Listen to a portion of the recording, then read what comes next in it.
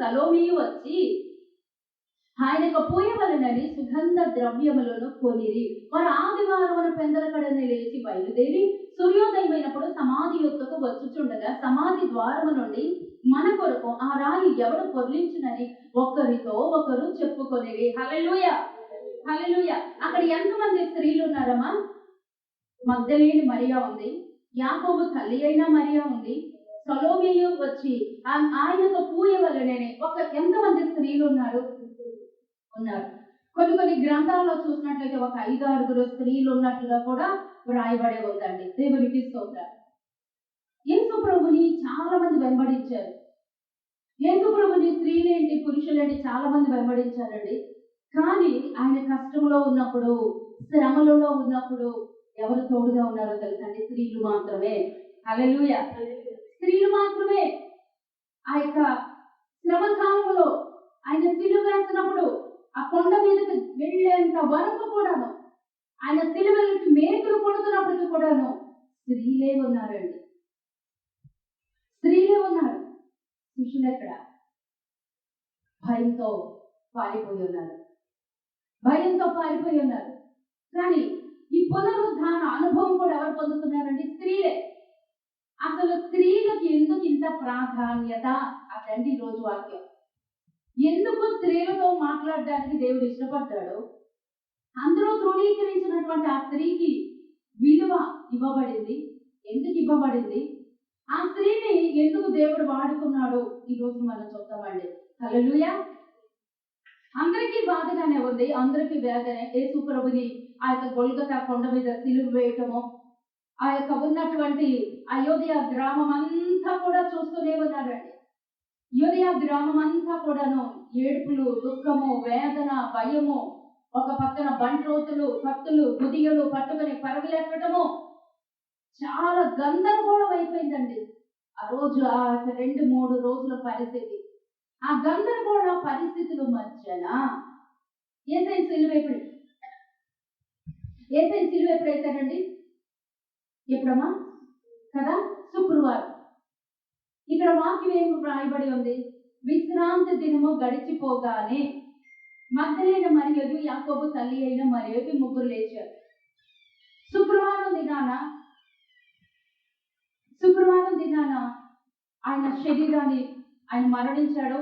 ఆ శరీరాన్ని సిలువ మీద నుంచి దింపారు. నికోదేము తెచ్చినటువంటి ఆ అగ్రతో స్నానం చేయించారు, అత్తరుతో. అలాగే ఆయన ఎవరు? మనం చదివాం, అరిమతయి యోసేపు. ఆ తెచ్చినటువంటి ఆ నార వస్త్రాన్ని చుట్టారు.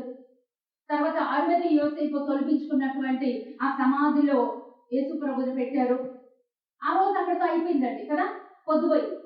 మరి ఆనాటి కాలంలో విశ్రాంతి దినం ఎప్పుడండి? సబ్బాతు దినం అంటారు, విశ్రాంతి దినం అంటారు. శనివారం కదా. శుక్రవారం ఆయన చనిపోయాడు, శనివారం సబ్బాతు అంటే విశ్రాంతి దినం. విశ్రాంతి దినము అప్పట్లో శనివారం మాత్రమే ఉండేదండి. ఎప్పుడైతే యేసయ్య మరణించి పునరుద్ధానుడై తిరిగి లేచాడో అది ఆదివారంగా మార్చబడిందండి. హల్లెలూయా. ఆదివారమే ఇప్పుడు విశ్రాంతి దినము. దేవునికి స్తోత్రం. యేసయ్య చనిపోయి తిరిగి లేచేంత వరకు ఆ చివరి రోజు విశ్రాంతి దినం అనమాట. అది ఆ చరిత్రలో కనుక చూస్తే చివరి విశ్రాంతి దినం.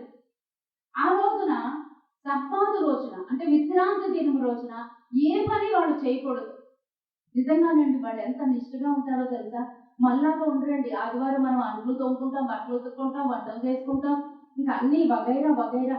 ఆదివారానికి, శనివారానికి, ఆదివారానికి, సోమవారానికి మనకి ఏ తేడాలు ఉండవు. మహా ఉంటే ఒక మందిరానికి వస్తామండి, మన విశ్వాసం ఇది. కానీ ఆ యూదులు అలా ఆచరించరండి. ఆ యొక్క విశ్రాంతి దినం ఇప్పటికీ అక్కడ యోదయాలో శనివారమే జరుగుతుంది. ఆ రోజున ఏమీ చేయరండి, చాలా నిష్ఠగా ఉంటారు. నేను ఒక రోజున దినకరం గారు టీవీలో వాక్యం చెప్తూ సాక్ష్యం చెప్తుంటే అది విన్నానండి.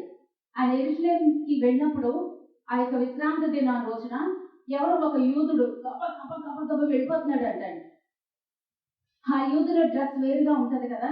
వెళ్ళిపోతున్నప్పుడు అతను పిలిచి అడిగారట, సార్ మీతో నేను ఒక ఫోటో దిగుతాను, నేను ఈ యొక్క ఇండియా నుంచి వచ్చాను కదా, మీతో ఫోటో దిగితే మాకు కొంచెం బాగుంటది, ఓ ఫోటో దిగండి అంటే ఆయన అలా తేరు చూశాడండి. తేరు చూసి, ఈ రోజు విశ్రాంతి దినం కదా, నువ్వు ఎందుకు ఫోటో అడుగుతున్నావు? మేము ఏ పనులు చేయం కదా. నేను ఇప్పుడు ఆరాధనకు వెళ్తున్నాను. మేము దేవుడిని ఆరాధించేటువంటి రోజు ఈ రోజు అంత ప్రాముఖ్యం అండి, అంత నిష్ట అని ఫోటో దిగలేదంటండి ఆయన. వెళ్ళిపోయి గబా గబా వెళ్ళిపోయి దేవుడిని ఆరాధించడానికి వెళ్ళిపోతున్నాడు అంటండి. దేవుడికి స్తోత్రాలు. అటువంటి విశ్వాసులు కావాలండి. దేవుడు ఆ రోజు ఈ రోజు వెతుకుతూనే ఉన్నాడు. అలా పరుగులెత్తే వాళ్ళు కావాలి దేవుడి సన్నిధి కొరకు. ఇక్కడ 3 స్త్రీలు ఉన్నారండి. విశ్రాంతి దినము గడిచిపోయినాక ఎప్పటికి అయిపోతుందో తెలుసండి, శుక్రవారం సాయంత్రం వరకు ఆ కార్యక్రమాలు చేయటంలోనే వాళ్ళు నిమగ్నం అయిపోయారు కదమ్మా. అప్పటి వరకు సమాధి కార్యక్రమం చేయటంలో. మరి శనివారం తెల్లారితే శనివారం వచ్చేది, విశ్రాంతి దినం వచ్చేది. విశ్రాంతి దినము గడిచిపోయిన తర్వాత అన్నారు. అంటే వాళ్ళు ఎప్పుడు లేచారు? ఆదివారమున పెందల కడనే లేచి బయలుదేరి సూర్యోదయమైనప్పుడు సమాధి ఎద్దకు వచ్చుచుండగా, అంటే వాళ్ళు దేనికోసం వస్తున్నారు? సుగంధ ద్రవ్యములు చేత పట్టుకుని. మన మత్తయి సువార్తలో, లూకా సువార్తలో, యోహాను సువార్తలో అన్నింటిలో మనం చూస్తాం. వాళ్ళ చేతులు ఏమున్నాయి అంటే సుగంధ ద్రవ్యాలు ఉన్నాయి. ఆ సుగంధ ద్రవ్యములను కొని కదా, ఆ సుగంధ ద్రవ్యములు కొనిడి అని ఇక్కడ వాక్యం ఉంది. మధ్యలో టైం ఎంత ఉందండి? శుక్రవారం సాయంత్రం వరకు సమాధి కార్యక్రమం అయింది. శనివారం కొనకూడదు. శనివారం నాడు ఏం చేశారంటే విశ్రాంతి దినము కాబట్టి కొనకూడదు. తెల్లవారితే ఆదివారం. ఆదివారం నాడు ఏమైందండి? వేకువనే ఇంకా చాలా చీకటి ఉండగా, భక్తుడైన యోహాన్ గారు ఇంకా బాగా రాస్తారండి.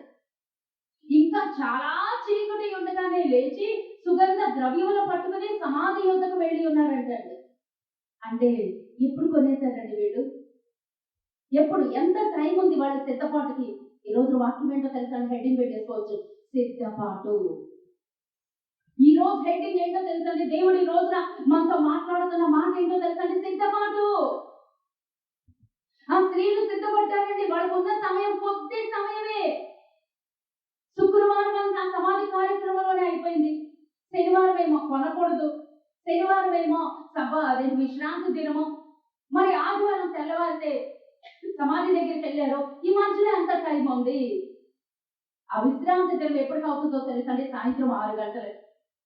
ఎప్పుడైతే సాయంత్రం 6 గంటలైందో ఈ స్త్రీలందరూ గబగబ మాట్లాడుకుని అందరూ కూడుకుని వెళ్ళిపోయి ఖరీదైనటువంటి సువాసన వెదజల్లేటువంటి ఆ సుగంధ ద్రవ్యములను కొని అవన్నీ సిద్ధపరచుకున్నారంటండి. ఎందుకు? దేవుని శరీరాన్ని పూయటానికి, ఆయన శరీరాన్ని అలంకరించడానికి, ఆయన శరీరాన్ని శుభ్రం చేయటానికి, ఆయన శరీరానికి ఏమాత్రము వాసన రాకుండా ఉండాలి, ఆయన శరీరానికి కావలసినవి చేయాలి, ఏదో చేయాలి తాపత్రయం. అవున్న కొద్ది సమయంలోనండి, సాయంత్రం 6 నుంచి మహా అయితే 6, 7, 8 అంతకన్నా పెద్ద చీకటి ఇంకేమీ వెళ్ళలేరు ఒక స్త్రీలు. అప్పుడున్న కొద్ది సమయంలో, కొద్ది గంటలోనే వాళ్ళు సిద్ధపాటు చూడండి. తెల్లవారితే ఆదివారం సమాధి దగ్గరికి వెళ్ళాలి, ఆయన శరీరాన్ని అభిషేకించాలి, ఆయన శరీరానికి కావాల్సినవన్నీ కొనాలి. వాళ్ళకున్న ధనాన్ని దేవుడికి వెచ్చిచేస్తున్నారు చూడండి. ఎంత సిద్ధపాటు అండి! ఎంత గుండెల్లో వాళ్ళకు ఉన్నటువంటి ఆత్మ తీవ్రత, ఆత్మ మంట. ఆ రోజున ఆ స్త్రీలని మనకి ముందుగా పెడుతున్నాడండి. ఎంత ప్రయాస పడుతున్నారండి యేసయ్య సమాధిని ఆ యొక్క చూడడానికి. అంతేకాదు, వాళ్ళు వెళుతూ మళ్ళీ ఒకసారి చదువుదా చూడండి. విశ్రాంతి దినము గడిచిపోగానే మగ్దలేని మరియయు, యాకోబు తల్లి అయిన మరియయు, సలోమయు వచ్చి ఆయనకు పూయవలెనని. ఎవరికి పూయవలెనండి? యేసయ్యకి పూయవలెనని సుగంధ ద్రవ్యములను కొనిరి. సూర్యోదయమైనప్పుడు సమాధి యొద్దకు వచ్చుచుండగా సమాధి ద్వారము నుండి మన కొరకు, ఇదండి రెండో పాయింట్. ఫస్ట్ పాయింట్ ఏంటమ్మా? సుగంధ ద్రవ్యములను కొనిరి. సెకండ్ పాయింట్ ఏంటో తెలుసమ్మా? సమాధి ద్వారం నుండి మన కొరకు ఆ రాయి ఎవడు పొరలించునని ఒకరితో ఒకరు చెప్పుకొని చుండిరి. హల్లెలూయా. ఆ రాయి ఎంత బరువు ఉంటుందో తెలుసండి? తెలుసా ఎవరికన్నా? 2 టన్నుల బరువు అంటండి ఆ రాయి. ఈ స్త్రీలు తీయగలరా? ఈ స్త్రీలు 2 కాదు, 3 కాదు, 10 మంది అయినా సరే జరపలేదు.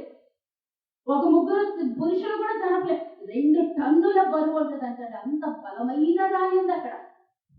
అక్కడ పిలాతు వేసిన ముద్రలు ఉన్నాయి. అక్కడ రాజశాస్త్రం ఉంది. ఆ చుట్టుపక్కల కూడా కత్తులు పట్టుకుని, ఆ గుదియలు పట్టుకుని వీళ్ళందరూ కూడా యేసు ప్రభుకి సపోర్ట్ చేసే వాళ్ళని ఇబ్బంది పెట్టడానికి తిరుగుతూనే ఉన్నారు రాణువు వారు. ఏది వారిని ఆపజాలో లేకపోయింది అండి. హల్లెలూయా. మరి మన ప్రేమ ఎలా ఉంది? మన సిద్ధపాటు ఎలా ఉంది? ఈ రోజు హెడ్డింగ్ దేవుడు మనతో మాట్లాడుతుంది సిద్ధపాటు. రోజు మాట్లాడుతున్న మాట ఏంటో తెలుసండి. దేవుడు వాళ్ళకు ఉన్నటువంటి కొద్ది సమయంలో వాళ్ళు సిద్ధపడిపోయారమ్మా. ఈ రోజు మనకి ఎంత సమయం ఉంది? మన ఆయుష్. ఈ రోజు రాత్రి అండి నేను ఈ వాక్యం అంతా చదువుతూ, నేను ధ్యానిస్తూ, దేవుడు నాతో మాట్లాడుతున్నప్పుడు నేను హ్యాపీ అయిపోయానండి. ఆ సంతోషంగా ఉన్న సమయంలో నాకు మాధవి ఫోన్ చేసిందండి. మాధవి వాయిస్ మెసేజ్ లో పెడతది. నేను వాయిస్ చెప్పేశాను, అమ్మ నాకు ఫోన్ చేసే అంత టైం ఎక్కువ ఉండదమ్మా, ఎప్పుడు అవసరమైతే నాకు వాయిస్ మెసేజ్ పెట్టే, నేను వెంటనే పెడతాను, అందుకే నేను ఎక్కువ ఆన్లైన్ లో ఉంటానని చెప్పాను. ఎప్పుడు అవసరమైన ఆన్లైన్ లో నాకు వాయిస్ మెసేజ్ పెడతాను. ఇప్పుడు పెట్టిందండి, నిన్న రాత్రి పెట్టిందండి. ఇవాళ ఏ వారం అండి? శనివారం. నిన్న ఏ వారం అండి? లక్షవారం. మధ్య ఎంత టైం ఉంది? లక్షవారం, శనివారం, ఆదివారం, 3 రోజులు టైం ఉంది. కొన్ని 2 రోజులు టైం అనుకుంది. నేను అప్పుడే వాక్యం చదివానండి. చదివి గ్రహించి దేవుడు మాట్లాడుతుండగా నన్ను నేను సరి చేసుకున్నాను. ప్రభా ఇంకా నా లోటుపాట్లు ఉంటే చెయ్యి, నన్ను సిద్ధపరచు ప్రభా, నాకు చక్కటి సిద్ధపాటు కావాలి అలా అడుగుతున్నాను. అప్పుడే ఆ పిల్ల వాయిస్ మెసేజ్ తిన్నాను. ఏంటో తెలుసా అండి, ఆంటీ గారు నేను ఆదివారం చర్చికి రావాలనుకున్నాను. ఆంటీ గారు నేను ఆదివారం చర్చికి రావాలనుకున్నాను, నాకెవరూ పెద్దగా తోడు రావటం లేదు, నేను ఒక్కదానే వచ్చేస్తాను, నాకు ఆటో దొరకాలని మీరు ప్రార్థన చేయండి ఆంటీ గారు ఈ రోజు నుంచి. హల్లెలూయా, హల్లెలూయా. నాకు షాక్ అయిపోయింది. ఇంకేం లేదు వాయిస్ మెసేజ్ లో. నేను ఆదివారం ప్రార్థనకు వస్తాను ఆంటీ గారు, ఎవరు వచ్చినా ఎవరు రాకపోయినా పర్వాలేదు, నాకు తోడు లేకపోయినా పర్లేదు, నాకు ఏసయ్య తోడుంటాడు, నాకు కొంచెం ఆటో దొరికేలాగా మీరు ప్రార్థనలో పెట్టాలి. నేను మాట్లాడలేకపోయినా మాట విని అప్పుడే వాక్యాలే సిద్ధపడ్డాను. ఆ పిల్ల ఎన్ని రోజుల ముందు నుంచి ఆలోచిస్తుందండి మందిరానికి రావటానికి. నా పిల్ల ఒట్టి పిల్ల కాదండి, ఆ పిల్ల ఒట్టి పిల్ల కాదు, నిండు నెలలండి. రేపు 17వ తారీఖుకి 9వ నెల వచ్చేస్తుంది, గర్భవతి, నిండు నెలలు. హెల్త్ బాగాలేదండి, కళ్ళు మసకలు వచ్చేసినాయి ఆ పిల్లకి. పాపం షుగర్ బీపీ వచ్చిందండి, ప్రార్థనలు చేయండి. కళ్ళు మసకలు వస్తాయి, అలా నలుపుతూ చూస్తూనే ఉంటది. ఎక్కడి నుంచి వస్తుందో తెలుసండి, KGH దగ్గర డౌన్ లో నుంచి వస్తుందండి. అంటే నీళ్లు కారిపోతున్నాయండి, నాకు ఏడుపు వచ్చేస్తుంది. అలా ఉండిపోయాను. ఏంటి రేపు వచ్చే ఆదివారం కోసం పెట్టి ఈ రోజు నుంచే ప్రార్థన చేస్తుందండి. దేవుడి సన్నిధికి వెళ్ళాలి, నాకు ఆటో దొరకాలి, నాకు ఎవరు తోడు రాపోయినా పర్లేదు, నేను వచ్చేస్తాను ఆంటీ గారు ప్రతి బుధవారం, ప్రతి శుక్రవారం, ప్రతి ఆదివారం. చాలా సంతోషం అనిపించింది. వెంటనే నేను మెసేజ్ పెట్టాను, అమ్మా ఆ రోజున ఆ స్త్రీలని దేవుడు ఎలా దీవించాడో నిన్ను అలాగే దీవిస్తాడు. ఏ హెల్త్ ఇష్యూ ఉండదు ఇంకా. ఎందుకంటే నువ్వు పలికినటువంటి, నువ్వు విశ్వసించిన విశ్వాసం, నువ్వు వేస్తున్న విశ్వాసపు అడుగులు ఇది దేవుడు దీవించేస్తాడమ్మా. ఇంకా నువ్వు దేనికి భయపడుతుంది, డెలివరీ విషయంతో భయపడుకో, ఎందుకంటే నువ్వు చేసే దానిలో తెగింపు ఉంది. నువ్వు పలికినటువంటి మాటలో త్యాగం ఉంది. నిండు గర్భిణి అండి ఆ బిడ్డ, హెల్త్ బాగాలేదండి, BP high sugar, bed rest. నేను కూడా వద్దన్నానండి మందిరానికి. అమ్మ వద్దు, నీకు హెల్త్ బాగాలేదంటే, లేదంటే గారు నాకేమవుదు, నేను దేవుడి మందిరానికి వచ్చి వెళితేనే నాకు సంతోషంగా ఉంటుంది అన్నానమ్మా. ఎంత సిద్ధపాటు, ఎంత ప్రేమ. అన్ని ఉండి కూడా ఈ రోజు నాకు చాలా మంది దూరం అయిపోతారు. దేవుడి సన్నిధికి బ్రతిమలాడుకోవాలి, ఫోన్లు చేయాలి, అమ్మా రండి, అమ్మా రండి, అమ్మా రండి. నువ్వేదైతే విశ్వసించి తీర్మానం తీసుకున్నావో అమ్మా, ఆ తెగింపును బట్టి దేవుడు నిన్ను దీవించేస్తాడు. ఆ విశ్వాసాన్ని బట్టి దేవుడు నిన్ను దీవించేస్తాడు. నువ్వు దేనికి భయపడద్దమ్మా, నువ్వు వచ్చేసి నేను ప్రార్థన చేస్తాను, దేవుడు కార్యం చేస్తాడమ్మా. ఎందుకంటే మన విశ్వాసం ద్వారానే దేవుడు, మనం ఎవరైనా విశ్వాసం చూసి నమ్మిన వారి కంటే చూడక నమ్మిన వారి తల్లి నువ్వు పొందేసుకున్నావమ్మా. నువ్వు పొందుకున్నావు తల్లి, నీ విశ్వాసమే నిన్ను స్వస్థపరచను అని దేవుడు ఎన్నిసార్లు చెప్పాడండి. నీ విశ్వాసమే నిన్ను బాగు చేస్తుందమ్మా, నువ్వేం భయపడదు. ఎంత ఆశతో వస్తుందండి. శుక్రవారం కూడా వచ్చేస్తానని నాకు ఫోన్ చేసిందండి. నేనే అన్నాను, వద్దమ్మా మాటికి రావద్దు, ఒక ఆదివారం అంటావా పోనీ, ఏదో దేవుడి యొక్క దీవెనలు పొందుకుని వెళ్ళొచ్చు, మాటికి రావద్దు, బుధవారం శుక్రవారం కూడా వస్తాను, రావద్దమ్మా, ఆదివారం ఒక్క దినం చాలు తల్లి. ఆ తెగింపు మనలో రావాలండి.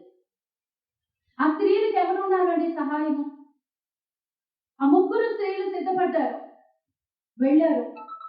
విశ్రాంతి దినం గడిచిపోయిన తర్వాత శుక్రవారం అంతా సమాధి కార్యక్రమాలు అయిపోయి, శనివారం సబాతు దినాలు అయిపోయి,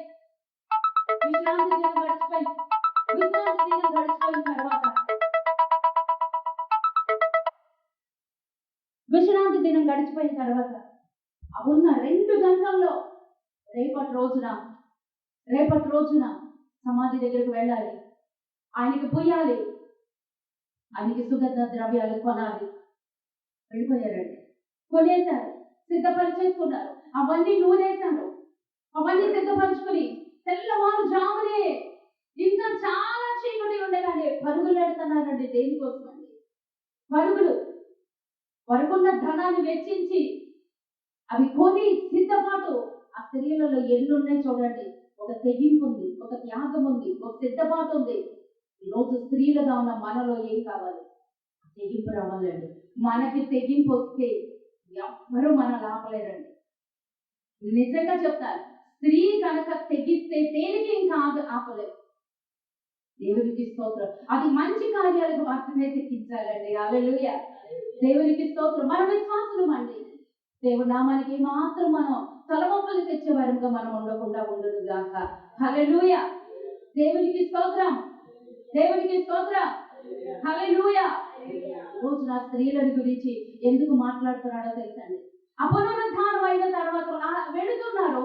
ఆ రోజున శనివారం సబ్బాతు అయిపోయింది. తెల్లవారుజామున ఆదివారాన్ని లేచి వారు వెళుతూ వాళ్ళు అనుకుంటున్నారు, వాళ్ళ మనసులో ఉన్న మాట ఏంటో తెలుసండి, వాళ్ళ మనసులో ఉన్న ఆలోచన ఏంటో తెలుసండి. ఆ రాయి ఉంది కదా, మన చేతులు అయితే సుగంధ ద్రవ్యాలు ఉన్నాయి, మనమైతే సిద్ధపడి ఉన్నాం, మనం వెళ్ళిపోతున్నాం. కానీ ఆ రాయిని ఎవరు తొలగిస్తారు? మనం ఎంత కష్టపడినా మన కష్టం వృధా అయిపోతుంది, మన ప్రయాస వృధా అయిపోతుంది. ఆ రాయి చాలా పెద్ద రాయి. అది ఎక్కడ ఎంత బరువు చెప్పారండి? 2 టన్నుల బరువు. అది ఎవరు తీస్తారు? ఈరోజు నీ జీవితంలో ఎన్ని అడ్డుబండలు ఉన్నాయి, లేవా? ఎంత బంధకాలు ఉన్నాయి, నార వస్త్రాలు ఉన్నాయండి. మనందరి జీవితాల్లో ఉన్నాయి, మనందరి జీవితాల్లో కూడా సమస్యలు ఉన్నాయండి. అవన్నీ పోవాలి అంటే ఈరోజు దేవుడు ఏమడుగుతాడు తెలుసా? ఆ స్త్రీలలో ఉన్న సిద్ధపాటు నీలో రావాలి. ఆ స్త్రీలకు ఉన్న తెగింపు, స్త్రీలకు ఉన్న సాహసం కావాలి. అవి మనం కలిగి జీవించాలండి. దేవుని యందు ఎప్పుడైతే భక్తితో భయముతో మనం ఉంటామో మన జీవితం, మన తలరాత మారిపోతుందండి. దేవునికి స్తోత్రం కలుగును గాక. ఇంకో మాట చూపిస్తాను చూడండి. ఫిలిప్పీ పత్రిక 3వ అధ్యాయం 10వ వచనంలో, ఫిలిప్పీ పత్రిక 3వ అధ్యాయము 10వ వచనం. ఒకసారి గ్రేసి చదువుమా. ఇద్దరు గ్రేసీలే. ఆయన మరణం విషయంలో సమానానుభవం గలవాడనై ఆయనను ఆయన పునరుద్ధాన బలమును ఎరుగు నిమిత్తమును ఆయన శ్రమలలో పాలివాడునముట ఎట్టిదో ఎరుగు నిమిత్తమును సమస్తమును నష్టపరుచుకొని వాటిని పెంటతో సమానముగా ఎంచుకొచ్చున్నాను. ఇదివరకే నేను గెలిచినని అయినను, ఇదివరకే సంపూర్ణ స్థితి పొందుతున్నని అయినను నేను అనుకున్నట్టు లేదు. కానీ నేను దేని నిమిత్తము క్రీస్తు యేసు చేత పట్టబడుతున్నో దానిని పట్టుకొనవలె నేను పరిగెత్తుచున్నాను. చాలండి, చాలు. హల్లెలూయా, హల్లెలూయా. 10వ వచనంలో చూసినట్టు, ఏ విధము చేతనైనను మృతులలో నుండి నాకు పునరుద్ధానము కలుగవలెనని ఆయన మరణ విషయములలో సమానానుభవం గలవాడనే ఆయన పునరుద్ధాన బలముని ఎరుగు నిమిత్తము ఆయన శ్రమలలో పాలివాడగున ఎట్టిదో ఎరుగు నిమిత్తమును సమస్తమును, అదండి నాకు సమస్తమును నష్టపరుచుకుని వాటిని పెంటతో సమానముగా ఎంచుకొనుచున్నాను. హల్లెలూయా. సమస్తము నష్టపరిచేసుకున్నాడండి పౌలు గారు. దేవుడి కొరకు అన్ని తెగించేశాడు, దేవుడి కొరకు అన్ని త్యాగం చేసేసాడు, దేవుడి కొరకు అన్ని వదిలేసుకున్నాడు. ఈ స్త్రీలు కూడా వదిలేసుకున్నారండి. అందుకే పునరుద్ధాన బలంతో నింపబడ్డారండి. ఈ రోజున మనం బలహీనమైన ఘట్టం స్త్రీ కదండి. కానీ ఎప్పుడైతే దేవుడు ఆ స్త్రీని దర్శించాడో, అసలు ఆ స్త్రీని దర్శించటానికి, ఆ యొక్క సువార్త చెప్పటానికి, ఆ స్త్రీలను ఎన్నుకోవటానికి గల కారణం ఒక్కటే చెప్పేసి ముగించేస్తానండి. ఆ స్త్రీలకు ఎందుకు సందేశం ఇచ్చాడు? ఆ స్త్రీలను ఎందుకు బలపరిచాడు? ఆ స్త్రీకి ఎందుకు ఈ వార్త చెప్పాడు? ఆ స్త్రీలు ఎందుకు అంత ఖర్చు పెడుతున్నారు? ఆ స్త్రీలు ఎందుకు అంత ప్రేమిస్తున్నారు? ఆ స్త్రీని పునరుద్ధాన అనుభవంతో ఎందుకు నింపుతున్నాడు దేవుడు? ఆ పునరుద్ధానపు రోజున ఎదుర్కొన్నది ఎవరండి? స్త్రీలే. మీరు వెళుతూ ఉన్నటువంటి సమయంలో, మీరు ఎదుర్కొంటున్న సమయంలో వాళ్ళ చేతుల సుగంధ ద్రవ్యాలు ఉన్నాయి. వాళ్ళు సిద్ధపాటు కలిగి ఉన్నారు. ఎప్పుడైతే సిద్ధపాటు కలిగి ఉన్నారో, ఎప్పుడైతే దేవుడి కొరకు ఖర్చు పెడుతున్నారో, వారి జీవితంలో త్యాగం ఉందో, వారి జీవితంలో సమర్పణ ఉందో, వారి జీవితంలో సిద్ధపాటు, ఈ మూడు ఉన్నాయండి. రాళ్ళు తొలగించబడి ఉన్నాయి. మన జీవితాలు ఇంకా బండరాళ్ళు అలాగే ఉన్నాయండి. సంవత్సరాలు అవుతున్నా మన జీవితంలో ఆ రాళ్ళు మాటలేదు, ఆ అడ్డుబండలు తొలగించట్లేదు. పిలాతు వేసినటువంటి ముద్రలు, అపవాది ద్వారా మనకు అనేకమైనటువంటి ముద్రలు, బంధకాలు బయటికి రాకుండా అడ్డుబండలు ఎన్ని లేవండి మన జీవితంలో? ఉన్నాయా లేవా? ఉన్నాయి. మన ఏడుపు ఆగట్లేదు, మన వేదన ఆగట్లేదు, ఉన్నాయి, అడ్డుబండలు ఉన్నాయి. అవి తొలగిపోవాలంటే ఏం చేయాలి? సిద్ధపాటు కావాలి. సమస్తమును నష్టముగా ఎంచుకున్నాడండి పౌలు గారైతే. సమస్తము నష్టముగా మాత్రమే కదా, పెంటతో సమానంగా ఎంచుకున్నాడు. అంతటిని వదిలేశాడు, పరిగెత్తడం ప్రారంభించాడు. ఆయన బహుమానం పొందుకోవడం కొరకు ఆ గురి వద్దకు పరిగెత్తడానికి, మనం గురి వద్దకు పరిగెడుతున్నామా? వీళ్ళ గురి ఏంటో తెలుసా? మేము వెళ్ళాలి ఆ సమాధి దగ్గరికి, ఆ శరీరాన్ని శుభ్రపరచాలి, అత్తరు పోయాలి, ఆయన అభిషేకించాలి. ఆతురుత, లోపల ప్రేమ, లోపల మంట.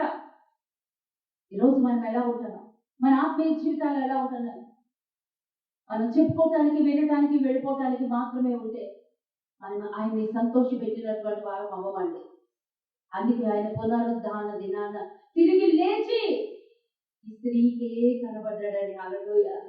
ఆ స్త్రీలు, చాలా మంది స్త్రీలు వెళ్ళిపోయారు, కానీ మరి ఒక్కటే ఆగిపోయింది. మనకు తెలుసు, మొన్న నిన్న కూడా మనం ధ్యానిస్తున్న వద్ద ఆ స్త్రీకే కనబడ్డాడు. ఎందుకు? అది అండి నాకు కావాల్సిన వాక్యం. ఆ స్త్రీని ఎందుకు దర్శించాడు? 3.5 సంవత్సరాలు ఆయనతో పాటు తిరిగిన శిష్యులు ఏమైపోయారు? వాళ్ళకి ఎందుకు బలపరచలేదు? వాళ్ళతో ఎందుకు మాట్లాడలేదు? వాళ్ళని ఎందుకు సిద్ధపరచలేదు? వాళ్ళని ఎందుకు వదిలిపెట్టబడి ఉన్నారు? కారణం ఏంటో తెలుసండి, ఆ రోజు వరకు స్త్రీకి విలువ లేదండి. స్త్రీ సాక్ష్యము చెల్లుబాటు అవ్వదు యూద సామ్రాజ్యం. యూదులు మాత్రమే కాదు, ఆ చుట్టుపక్కల పరిసర ప్రాంతాలన్నింటిలో కూడా స్త్రీకి విలువ లేదు. స్త్రీ సాక్ష్యము చెల్లదు, స్త్రీ మాటకు విలువ లేదు. దేవుడు స్త్రీని జ్ఞాపకం చేసుకున్నాడు. హల్లెలూయా. అప్పటి వరకు బలహీనమైన ఘటమే, ఎందుకు పనికిరాదండి, ఎవరికి పనికిరా, యోగ్యత లేని దేవుడు ఆ బంధకాల నుంచి కూడా విడిపించేశాడండి. హల్లెలూయా, హల్లెలూయా. మన బంధకాలు ఎవ్వరూ వాడుకోరండి. 5 రొట్టెలు 2 చిన్ని చేపలు విరిచినప్పుడు అక్కడ సంఖ్య ఎలా ఉందండి? ప్రజల సంఖ్య ఎలా ఉంది? పురుషులు 5,000 మంది పురుషులు అన్నారు, కానీ కనీసం 2,000 మంది స్త్రీలను రాయబడ్డారండి. జనసంఖ్యలో కూడా రాయరండి, జనాభా లెక్కల్లో కూడా పెద్ద వారికి పట్టింపు ఉండదు. అందుకే వాడికి గుర్తింపు ఇవ్వటానికే ఆ స్త్రీని బలపరిచాడండి దేవుడు. హల్లెలూయా. ఈ రోజు కనుక మనలో ఆ సిద్ధపాటు ఉంటే, మనలో ఆత్మ తీవ్రత ఉంటే, మనలో త్యాగం ఉంటే దేవుడు కావాలండి, ఆ తెగింపు కావాలి, ఆ సాహసం కావాలి. ఈరోజు మనలో వెతుకుతున్నాడు ఆ తెగింపు. ఈరోజు దేవుడు మనలో ఆ సాహసాన్ని వెతుకుతున్నాడు, ఆ ప్రేమని వెతుకుతున్నాడు. ప్రేమకు నిదర్శనమేనండి దేవుని సేవ చేయాలన్నా, దేవుడి కొరకు తెగించాలన్నా, దేవుడి కొరకు సిద్ధపడ, ఏదైనా ప్రేమతో ముడిపడే ఉంటదండి. అందుకే పౌలు గారు అంట, సమస్తములో నేను నష్టముగా, నేను నష్టపోవటానికి కూడాను కొన్ని నష్టపోతామండి, కానీ బాధపడద్దు, దానికి రెట్టింపు బహుమానం దేవుడు మనకు అనుగ్రహిస్తాడు. ఆ స్త్రీ విలువ లేనిది, కానీ ఆ రోజు నుంచి ఆ స్త్రీ జీవితం మార్చేశాడండి దేవుడు. హల్లెలూయా. ఆ స్త్రీ బలహీనమైన ఘటము అప్పటి వరకు, ఆమె సాక్ష్యం చెల్లుబాటు అవ్వదు. అందుకే దేవుడు ఆ బలహీనమైనటువంటి ఘటాన్ని బలమైనటువంటి సువార్తికురాలుగా ఆ రోజు నుంచి దేవుడు మార్చేశాడండి. హల్లెలూయా. ఎక్కడ చూసినా పునరుద్ధానంలో స్త్రీయే ఉంటది.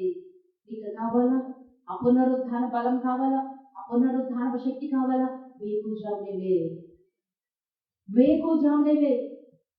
వేకుజామున నువ్వు ఎప్పుడైతే లేచి, ఆ సుగంధ ద్రవ్యములు దేనికి సాదృశ్యమో తెలుసా? స్తుతులు. ఎప్పుడైతే వేకువజామున లేస్తామో, మోషే కూడా వేకువజామున లేచారండి మోషే గారు. యెహోషువ యుద్ధాల్లో 31 యుద్ధాల్లో ఒక్క యుద్ధం కూడా ఓడిపోలేదండి. కారణం ఏంటో తెలుసండి? వేకువజామున లేచాడు. యెహోషాపాతు వేకువజామునే లేచాడు. యేసయ్య వేకువజామునే లేచాడు. ఇదొక్కటి రోజు నేర్చుకుంటే అండి మన జీవితాల్లో బండరాళ్ళు తొలగిపోతాయండి. ఆ ముద్రలు తీయబడతాయి.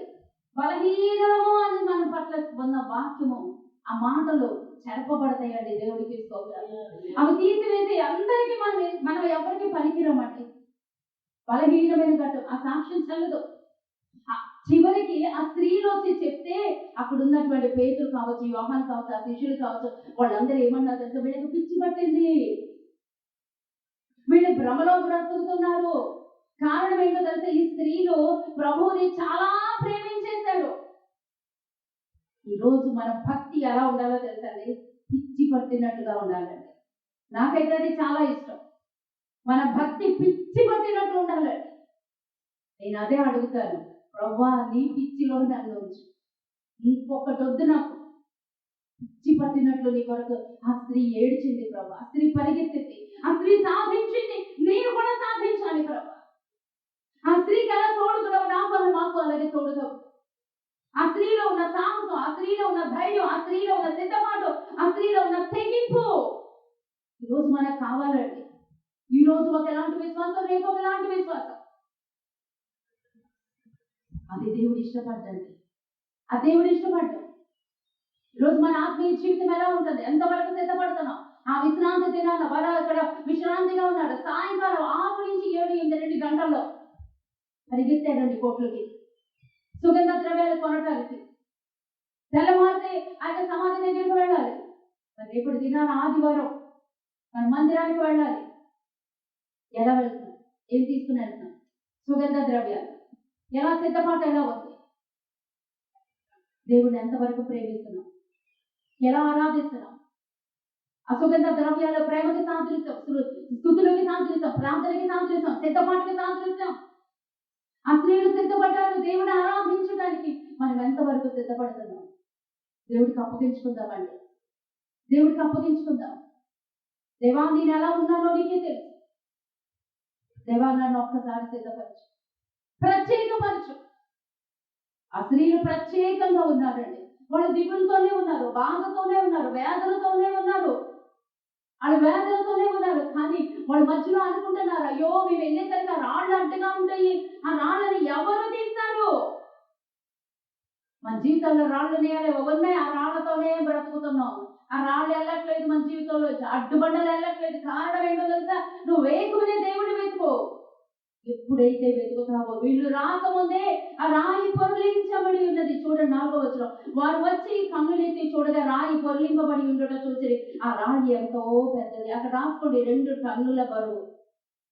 అప్పుడు వారు సమాధిలో ప్రవేశించి తెల్లని నిలువుటంగీలు ధరించుకుని ఒక పడుచువాడు కుడివైపున కూర్చుండుట చూసి మిగుల కలవరపడిరి. అందుకతడు కలవరపడకుడి, సిలువ వేయబడిన నజరేయుడగు యేసును మీరు వెతుకుచున్నారు, ఆయన లేచి ఉన్నాడు, ఇక్కడ లేడు. దేవునికి స్తోత్రం. ఆయన లేచాడండి. ఆయన అక్కడ లేడు, ఆయన సమాధిలో లేడు. ఈ రోజున మహిమ స్వరూపుడిగా ఉన్నాడు, అధికారంతో ఉన్నాడు, ఆధిపత్యంతో ఉన్నాడు. నిస్సహాయ స్థితిలో లేడు. ఈ రోజున మొర పెడితే చాలు ఆయన ఒక్క మాట సెలవివ్వబడుతుందండి. ఆ ఉన్నటువంటి ఆ దేవదూతలు చెప్తున్నారు, అమ్మ నువ్వు ఎందుకు ఇక్కడ వెతుకుతున్నావు? ఆయన ఇక్కడ లేడు, ఆయన లేచాడు. ఎన్ని సమాధానాలు పొందుకున్నాను చూడండి, ఎన్ని సమాధానాలు. మరి మన జీవితం ఎలా ఉంటుంది? ఇంకా రాళ్లే, ఇంకా అడ్డుబండలే, ఇంకా అడ్డుగోడలే, ఇంకా నార వస్త్రాలే, ఇంకా అపవాది వేసినటువంటి ముద్రలే. ఆ ముద్రలు ఎప్పుడు తీయబడతాయి? ఆ రాళ్ళు ఎప్పుడు తొలగించబడతాయి? ఆ బంధకాలు, నారవస్త్రం బంధకాలు తెంపబడాలండి. తెగింపు కావాలండి, అంతే. పరిగెత్తాలి నువ్వు. దేవుడి కొరకు పిచ్చి పట్టిన ప్రేమలో ఉండాలి. ఎప్పుడైతే ఆ ప్రేమలో పిచ్చి పడతదో, పౌలు గారు సమస్తమును నష్టముగా ఎంచుకున్నాను అంటున్నాడు, సమస్తమును పెంటగా ఎంచుకున్నాను అంటున్నాడు. ఈ లోకము తృణీకరించబడాలి, మనం తృణీకరించాలి. మనం ఏది కోరుకోవద్దు, వాటి ప్రకారం జీవించాలి.